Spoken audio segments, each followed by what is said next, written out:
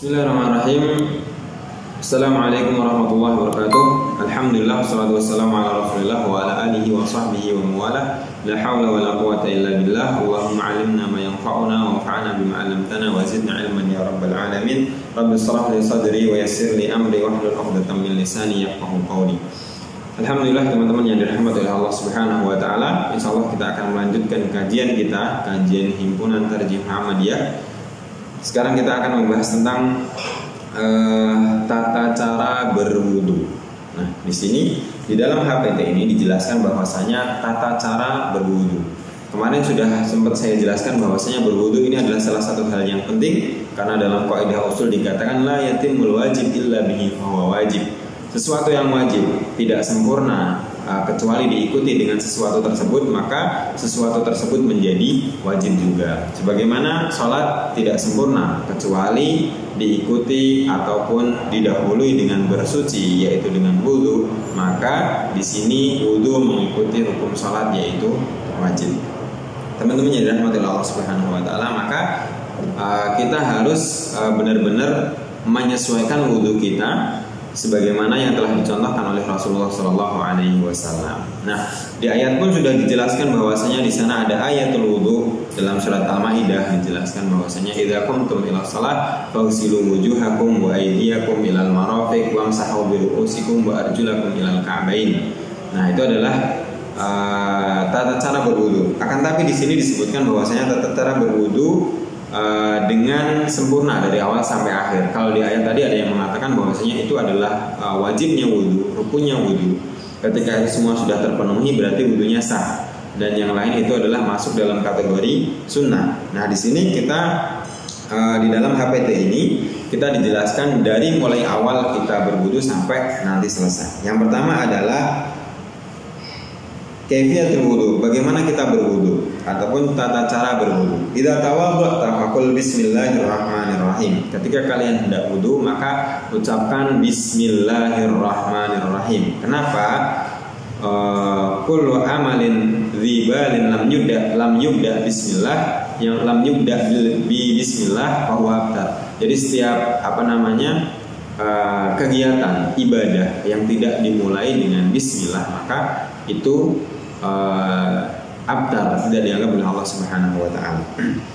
Kemudian mukhlishan niyataka lillah. Kemudian setelah kita memulai dengan bismillah, kita mengikhlaskan niat kita kepada Allah Subhanahu wa taala atau kita berniat. Nah, bismillah ini diucapkan dengan kalau bisa dengan talaffuz, dengan mengucapkannya. Nah, bagaimana kalau kita berwudunya di dalam kamar mandi atau toilet? Nah, di sana ketika kita di dalam toilet kita tidak boleh mengucapkan kalimat-kalimat thayyibah. Tentunya begitu juga dengan bismillah. Nah, kalau kita wudunya di dalam kamar mandi, maka kita mengucapkan bismillahnya di dalam hati, tidak boleh ditalaffuz, tidak boleh dilafadzkan. Nah, kemudian mukhlishan niyataka lillah, kita berniat kepada Allah Subhanahu wa taala untuk berwudu. Nah, apakah niat kita harus dilafadzkan? Nah, di dalam Himpunan Tarjih Muhammadiyah di sini dijelaskan bahwasanya kita tidak dianjurkan untuk melafadzkan niat, karena niat itu cukup di dalam hati. Dan niat itu cukup di dalam hati, Allah Subhanahu wa taala Maha mengetahui. Nah, bagaimana teman-teman kita yang melafadzkan niatnya? Nah, itu tidak apa-apa. Kalau dalam madhab Syafi'iyah itu mereka mengatakan bahwasanya talaffuz bin niyyah itu li taqwiyatin niyyah. Mereka tetap mengatakan bahwasanya niat yang wajib itu adalah tetap di dalam hati, tapi mereka melafadzkan untuk menguatkan niat tersebut. Nah, setelah berniat kemudian waghsil kaffaika thalathan, kita mencuci tangan kita, mencuci telapak tangan sebanyak 3 kali.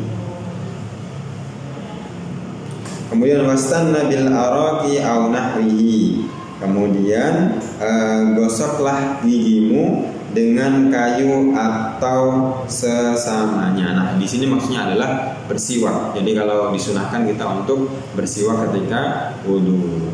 Laula an asyqa ala ummati la amartukum bisiwak inda kulli wudu'in inda kulli shalah. Jadi kita disunahkan untuk bersiwak itu ketika wudu. Ya, ketika wudu. Jadi ketika kita wudu itu bersiwak. Jadi bukan pas ketika kita mau sholat ya. Karena kalau ketika kita mau sholat kadang mengganggu teman atau saudara kita yang ada di sebelah kita. Maka alangkah baiknya kita melakukan bersiwak itu ketika kita berwudu. Inda kulli wudu'in, inda kulli sholat. Jadi ketika kita berwudu. Kemudian tsumma tamadmadha wastanshiq min kaffin wahidin wastansir taf'alu dzalika thalathan. Jadi setelah kita tadi bersiwak, kemudian kita tamadmad berkumur dan beristinsyak. Nah, jadi memasukkan air di hidung. Bikafin wahid dengan satu telapak tangan. Jadi gini sekalian ya. Fabalik fil istinsyak. Jadi kalau bisa itu air ini benar-benar disedot sampai atas. Malam yakun shaiman. Kalau kita tidak berpuasa, tapi kalau kita berpuasa cukup bersihkannya di sini saja karena takutnya nanti airnya dihirup nanti malah masuk ke rongga dan membatalkan puasa. Maka kalau kita tidak berpuasa cukup di sini saja ya. Cukup di hidung saja, tidak usah diangkat sampai atas. Nah, di sini tamadmatnya menggunakan bikafin wahid dengan satu tangan ya, satu tangan seperti ini. Kemudian taf'al dzalika thalathan, kita melakukan itu sebanyak 3 kali. Wa balik fihi ma lam takun shaiman, tadi ya, kalau nggak puasa disudut sampai atas, kalau kita puasa cukup di atas saja. Tsumma ghsil wajhaka thalathan, kemudian kita mencuci ya, membasuh muka kita sebanyak 3 kali. Membasuh ya, bukan mengusap. Kalau mengusap kan cukup kita mengambil air kemudian mengusap. Tapi ini enggak, ini perintahnya adalah waghsil ya. Idza qumtum ila shalah faghsilu wujuhakum. Al-ghusl di sini maksudnya adalah membasuh dengan air ma'adalqi, dengan memijat ataupun menekan. Jadi batasnya wajah ini adalah dari ujung mambatisar, dari sini, dari tumbuhnya rambut sampai bawah. Kalau ujung sini sampai telinga ya. Jadi ini semuanya harus terbasuh. Taf'al dzalika thalathan, itu dilakukan sebanyak 3 kali. Kemudian wa italatul ghusli, dan tidak terburu-buru agar agar semuanya terbasuh. Karena kalau ada yang tidak terbasuh terlewatkan di situ nanti wudu kita tidak sempurna dan itu akan berpengaruh di sholatnya. Sebagaimana Rasulullah SAW pernah marah kepada salah seorang sahabat yang tidak rata dalam membasuh kakinya ya, dalam membasuh tumitnya. Jadi tumitnya ada yang terlewatkan satu bulatan koin. Kemudian Rasulullah SAW marah, wailun lil aqabi minan nar. Jadi itu nanti akan tersengat oleh api neraka. Itu yang diingatkan oleh Rasulullah SAW.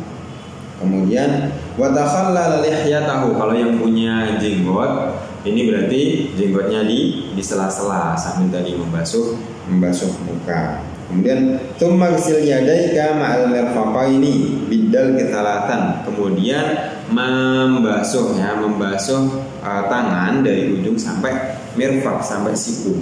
Membasuhnya dari mana? Disebutkan dalam ayatul wudu adalah idza qumtum ila shalah faghsilu wujuhakum wa aydiyakum ilal marafiq. Ila itu menunjukkan ghayah, sampai siku.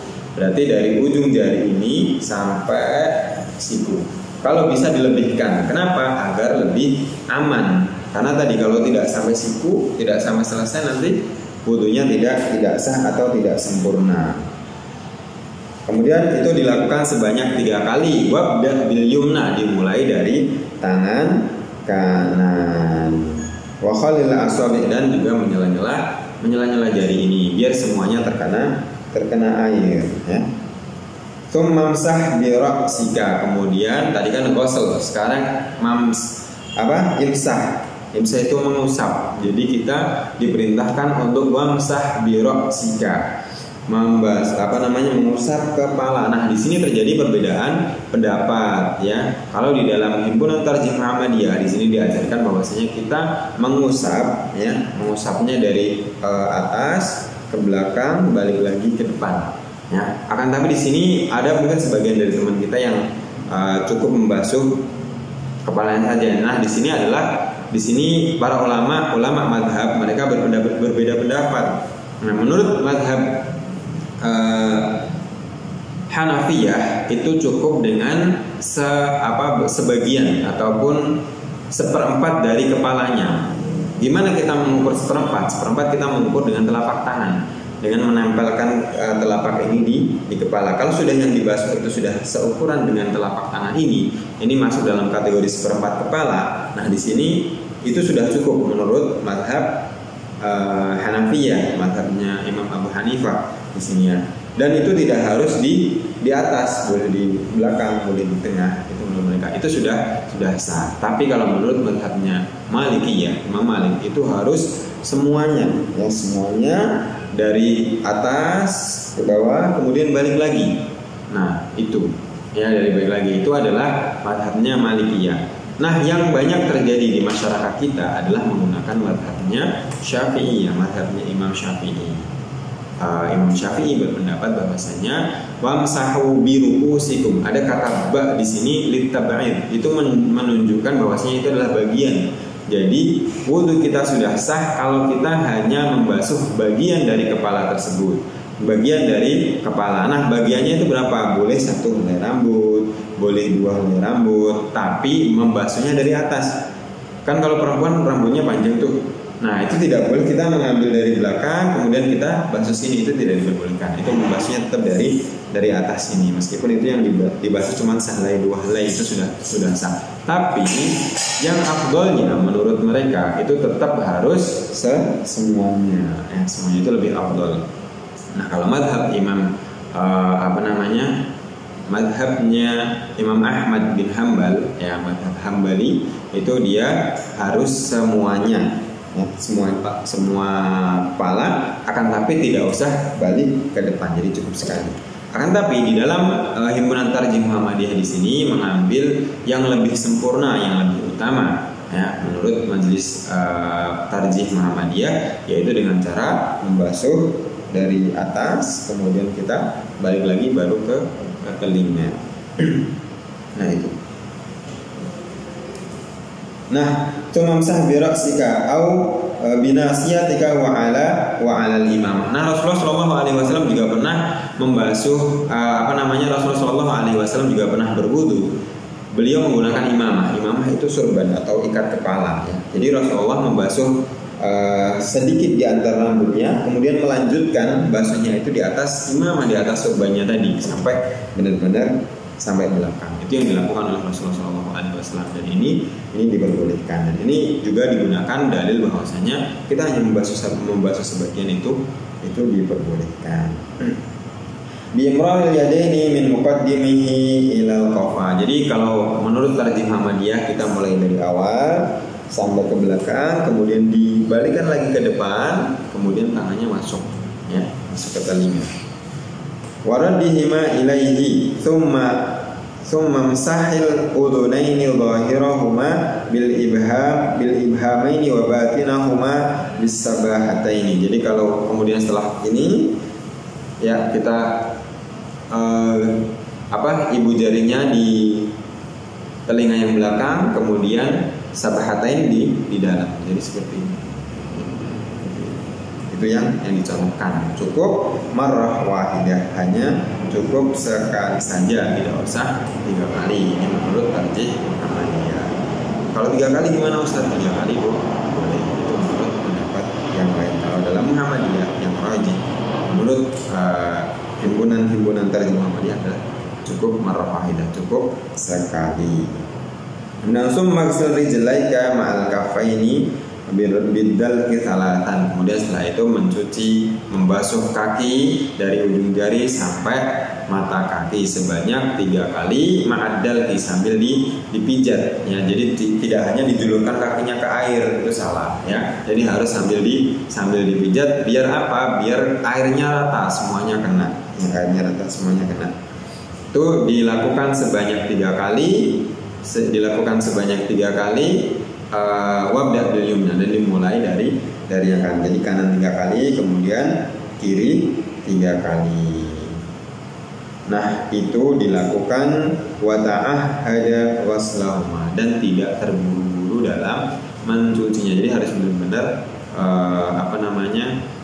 semuanya kena agar tidak mendapat kemarahan yang dimarahkan oleh Rasulullah SAW kepada sahabatnya, karena marah itu juga berlaku untuk kita. Wailun lil aqabi minan nar. Jadi nanti kaki-kaki ini yang dicucinya tidak sempurna, tidak terkena semua, nanti akan disengat oleh api neraka. Itu yang diingatkan oleh Rasulullah SAW. Kemudian setelah itu, tsumma qul asyhadu an la ilaha illallah wahdahu la syarikalah wa asyhadu anna Muhammadan abduhu wa rasuluh. Nah, itu doa setelah wudu. Asyhadu an la ilaha illallah wahdahu la syarikalah wa asyhadu anna Muhammadan abduhu wa rasuluh. Ada juga yang menambahi Allahumma ja'alni minat tawwabina wa ja'alni minal mutatahhirin. Itu juga diperbolehkan. Nah, jadi ini adalah tuntunan berwudu sesuai dengan himpunan Tarjih Muhammadiyah. Semoga ini bisa dipahami, karena banyak sekali fadilah-fadilah keutamaan bagi orang yang senantiasa berwudu. Di antaranya adalah urun muhajjalin. Jadi wajahnya itu akan bersinar nanti di hari akhir. Kemudian dosanya itu akan luntur, akan luntur sebagaimana jatuhnya air dari yang kita tidak basuh. Itu salah satu keutamaan berwudu. Maka di sini jangan tergesa-gesa dalam berwudu. Pastikan wudu kita sesuai dengan yang diajarkan oleh Rasulullah SAW dan semuanya terbasuh dengan baik dan benar sesuai yang diajarkan oleh Rasulullah SAW, dan tidak tergesa-gesa dalam berwudu. Nah, mungkin sedikit ini yang bisa kami sampaikan, semoga bermanfaat. Wallahu taala a'lam bishawab. Billahi taufiq wal hidayah. Wassalamualaikum warahmatullahi wabarakatuh.